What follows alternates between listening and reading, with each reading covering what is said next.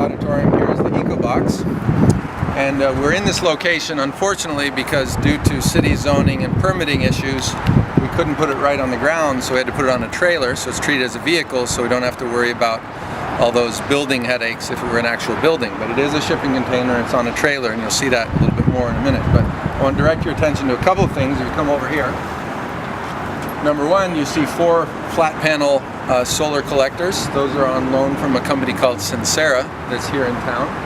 And they're using just temporary ballast holders, so they're heavy bricks that hold them in place so we don't have to penetrate the roof. The roof is salvaged metal from a local junkyard. We got a really great price, and this is corrugated steel that's typically used for doing office building floors, and then they pour concrete over them. So the nice thing about them is they disassemble and they interlock, and we can remove them, so if we want to transport this and be legal on the highway, we can take the whole roof off. We've sloped it slightly so we collect all the rainwater. The rainwater comes down that surface. It stays pretty well clean except for pollen and some things like that.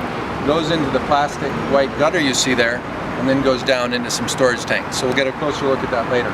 Also, the roof is sort of reflective, so it's a light color. It doesn't collect as much heat as you would with a dark roof. And in a place like Charlotte, heat is a big issue in the summer because we have to basically do all our air conditioning by protecting from the sun and using minimal electricity. You also see the first windows, and those we cut in the side and how we painted the whole box white. So we'll move on down there.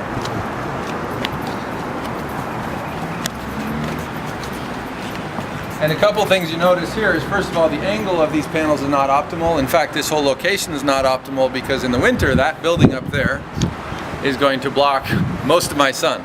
But as a proof of concept, it works, and ideally we'd have it in a field or we'd have good southern exposure and we'd rotate it. And this side facing us would be the southernmost side, and the sun would never really hit the box, and we would adjust the awnings so that the sun would stay off in the summer and then hit it in the winter. So I take it back, never hit the box, only hit it when you wanted that heat. So we come over a little further, and you can see here how the rainwater comes in there, and we're looking at different ways of doing the gutter. This was the first prototype, and basically the water goes in there and then flows down into this tank, which was donated by a local rainwater company. And then temporarily we have a sump pump there that then pumps this rainwater into larger tanks. So we've had a lot of rain in the last few days, and so those tanks are all pretty much full. And this whole assembly here of the wooden porch and being up with the bamboo skirt at the bottom is simply because we're up on a 4 or 5 foot trailer. Normally this would be on the ground and you just have a little 12-inch porch and you'd be set, or you could put it on the side of a hill and configure that any way you wanted. Also notice just the aesthetics here. We have a French door and 2 standard windows with the panes in there. So this was sort of our contemporary side, our traditional side, and then the other side is contemporary. We have windows without panes and some more interesting designs. So we're going to walk around there real quickly. Now also a lot of the water from this stairway, actually we had that channeling into one of the tanks, cigarette butts and all, so it provides some opportunity for students to do some experimentation with cleaning the water. So we're going to come in the back door here, and this is out of sight, out of mind here on campus.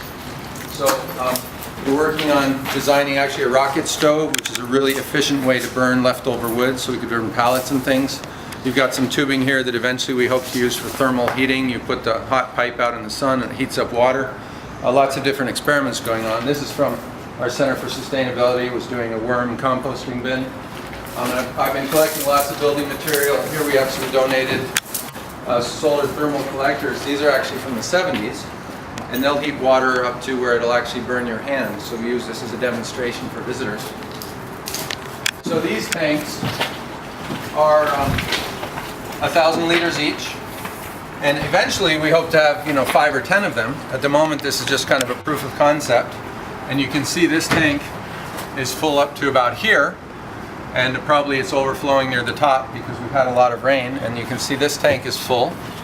We haven't really gone with purifying or anything, but if you can't really look in there, but if you could, you'd see the bottom. This is generally very clean water, although there is some algae there. It's basically like a really clean fish pond. And you can see the kind of pressure you get on this tank, which is say 3 or 4 feet full. You get a pretty nice stream, right? And this is all just right off the roof. This is pretty much rainwater. which in a pinch I would drink, but it's not legal to drink, so we're not doing that yet. But the plan is eventually to have this equalized and have a processing system. And based on our estimations of the roof, we should get about 12,000 gallons a year, which for 2 people gives you 7 to 10 gallons a day. And we think we can do that, especially if you reuse the water. So right now the water comes into this tank, flows through this hose into this pump, and this pump then turns on when it gets full enough and sends that water up into the tank. And incidentally, this is powered from the box, which is all solar power. So it's powered right now fully from the photovoltaic system. We'll go ahead and go inside. And this really is a construction site, so I apologize for the general, chaos here. And I tell people we have everything and the kitchen sink, because this is my kitchen sink, and we just have to build the kitchen first in order to use that. So make sure no one's home.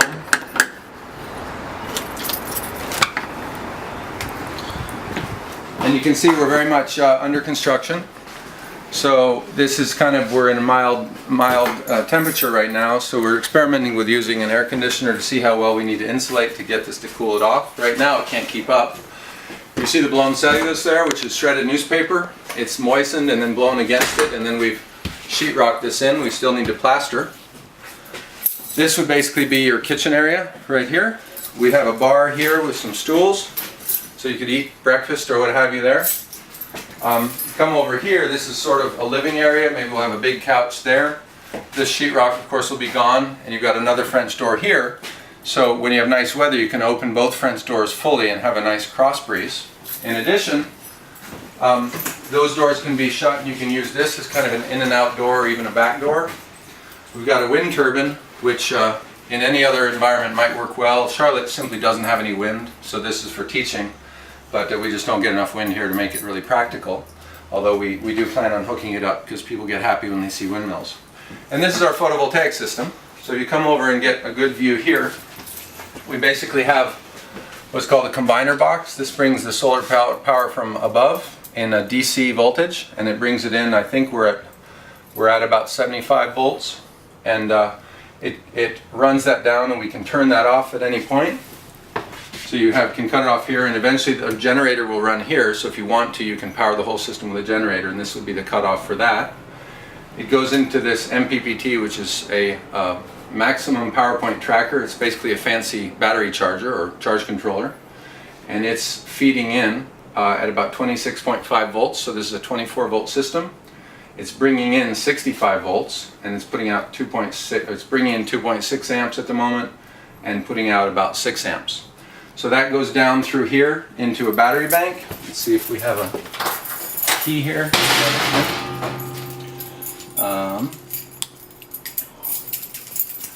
Sorry, so this is where I need to ad lib to myself while I wait for myself to find the keys. So those of you there can start asking questions. It would help if I had keys to the batteries. Can you see if they're on the other side of that? Got lots of keys to the front doors, not keys to the batteries. Well, anyway, there's a bunch of honkin' big batteries in here, and let's see if that one will open up. Oh, another storage box. But anyway, so I'll keep on going, and then those batteries come out here into this big cutoff switch, and we'll have 2 battery banks. We've got another one there, and when we plug them in together, I'll be able to switch from one bank to another or feed off of both of them. And this goes to this really nice outback inverter, which converts this to AC voltage, so it's just like your household current. This in turn goes to a sub panel, and we have a cutoff for that as well, so I can shut off the whole building by doing that. Or I can shut off power to this by turning this off. So there's safety all along the way, and we tried to build this to code, even though we're on a trailer and don't necessarily have to. And then this is like a normal house panel. In addition, Verve Lighting Systems was kind enough to donate this unit. And what this does is it has wireless remote control of 10 circuits here. Specifically, that means we can have cool switches like this.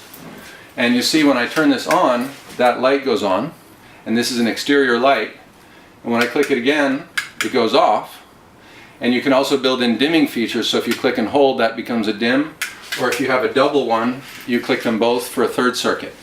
So basically there's no batteries or anything in this. What's cool about that is it basically uses piezoelectric. So just the force of me pushing on it generates a small radio signal which then turns that light off or on. So this will never run out. I can put it in my pocket, I can put one under my pillow, I can put one in my car and not have to put in the batteries.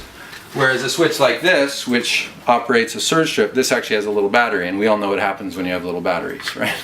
It's just a headache. And here we've got some different demonstrations when we give tours. For example, here's a light that's meant for third world, where you've got a solar panel here, and that runs a really bright LED. Then you turn it off, and then during the day you can go put the panel out in the sun, get it fully charged. Now picture a kid in a small village somewhere, can't do his homework at night, so you take this and plug it in. Even better is you might have a little wire that just charges this, and this is plenty of light to read by. You can't see it maybe so well right now, but it's nice and bright. And they sell these at IKEA, and for each one you buy, they donate one to someone in the third world. Then you've got lights like this, which are compact fluorescent. We've got LED lights here, and a lava lamp to demonstrate how you can do a lot of heat. So we're trying to teach at the same time that we build. So moving right along through here, so you can imagine once this is cleared out, with a couch, a TV, and notice this big window, this was also salvaged, this was from the restore. This is our contemporary side. People joke that it's the South Carolina state, I call it the cut-off Superman, or extendable Superman. And depending on, imagine you're in the woods somewhere on the side of a mountain, you're going to have a really beautiful view here, and this window cost us all of $20, but installation was interesting. So we go back through here, also salvage doors here. We're still working on the best way to do the ceiling. We're going to insulate that a lot. And then this will be a bathroom. And basically it's just storage right now, but we're going to have a composting toilet and a shower and sink. And just experimenting now with what we might use for that. We've got the window and the lights and the wiring all hooked up. And then this will be the bedroom, which is also storage now while we do the sheetrock. So basically big enough just barely for a queen size bed, or it could be a bunk bed or trundle bed or a Murphy bed with a little desk or what have you. Again, two nice windows that open well to cross ventilate, so you don't get a sense of claustrophobia because you've got a lot of light and a lot of room. So that's that. Any immediate questions from you guys? I'm good. You're good? Okay. And along the way we've acquired a bunch of different tools, like we got thermal sensors, so I can see right now it's about 86 degrees up there. It's about 84 right near. So right now it's a pretty mild climate, but it's been up to 120 up there, and in the winter it'll freeze if we don't get the insulation done and figure out how to heat this bad boy. Okay? So that's that, and I hope that within another semester we really have it looking nice in here. We've got some nice furniture in IKEA stored all over the place, and nice decorations, and hopefully we'll have a way to microwave food and refrigerate and do all that stuff once we get our batteries all hooked up and our solar panels charging properly. All right, so let's walk around and just finish the tour on the outside.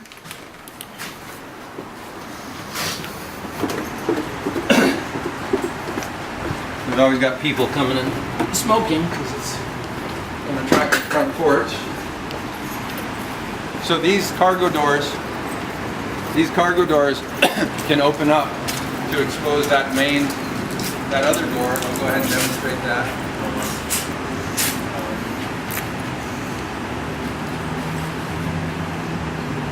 Again, an opportunity to ask questions if you're there watching this and not quite.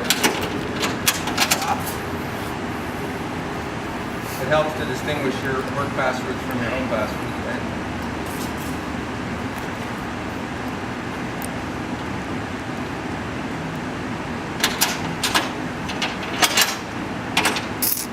Thing about these containers is they're really, really strong. They're designed to hold 60,000 pounds of cargo and to be stacked 9 high. So you do the math. So what we're putting there is nothing for what this thing is designed to do. This is really heavy duty steel. So you could even just use this as a main door or a back door if you wanted, and put your brooms and your rakes and things like that here. We're hoping to actually open this up and build a nice balcony here. So you could put this in the side of a hill and have a nice balcony, or this could be steps or what have you. So a lot of flexibility once you put it on the ground. And it's actually much nicer when it is on the ground. If you come over here, you got the full side view. Maybe you can just step up on the hill here and kind of see that. So window air conditioner will eventually be replaced with a mini split system. hopefully something really efficient like a Sharp or Samsung that'll run off maybe 300 watts and do the heating and the cooling as a adaptable, what do you call it, an inverting heat pump. The window just is always kind of one of those cute things, not easy to replicate. If we were to do a lot of these, we wouldn't be able to get a window like that, but still I wanted to give it something to make it unique. And then just little light fixtures which we could easily disconnect, so if we were to put it on a truck and ship it down the road, we wouldn't have to need any special permitting or anything like that. So the whole thing is designed to fit within the profile of a standard container, and even with the extra stuff would not be wider than 8.5 feet, so we don't need any special road restrictions. Just put it on the truck. We would have to disassemble the roof, and the goal is to have 2 people be able to set it up in 2 days, right? Or take it down in 2 days. So other than that, that's about it. And this bamboo stuff is just kind of temporary, experimental, because the people here didn't want the wheels showing, and we've got some storage underneath. But of course, if this were in a proper location, we'd have it on the ground facing south, preferably out on your land in the hills where you'd be vacationing, or if we have a hurricane in the Outer Banks, we could drop these down and you could have emergency workers or police, what have you. And the minute we set it up, you've already got power, even if the power is out, because it's all stored in the batteries. Thank you so much. Appreciate it. Hi, I'm D.I. Von Briesen, and we're here at Central Piedmont Community College's Central Campus, and I want to give you a quick tour of EcoBox. Today is early August 2013. This is the EcoBox 1. It's a 40-foot standard high-cube shipping container converted to be sort of an office. The original goal was to be a living workspace, but we've tempered that for now. We've got a balcony here on the back. We've got a number of windows on one side meant to be slightly more contemporary without the panes. And we've got a salvage metal roof that captures rainwater and keeps the sun off the box. This balcony was built by students, very strong. You're able to install and uninstall it with one person.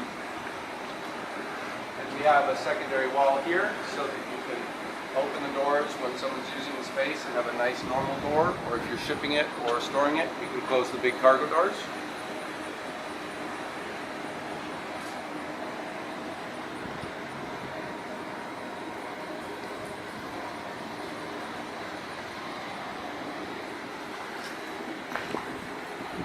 Now at the moment the box is off the ground on a trailer. This allows us to not have to deal with building permits and things like that, given the temporary nature of the container. And we have these steps. Ideally it would be on the ground and you have just 1 or 2 step access. In this case we're up a bit off the ground to accommodate the shipping chassis. But this means also a truck can pull up and tow it away pretty quickly. The goal is to have a 2-day setup and takedown with 2 people.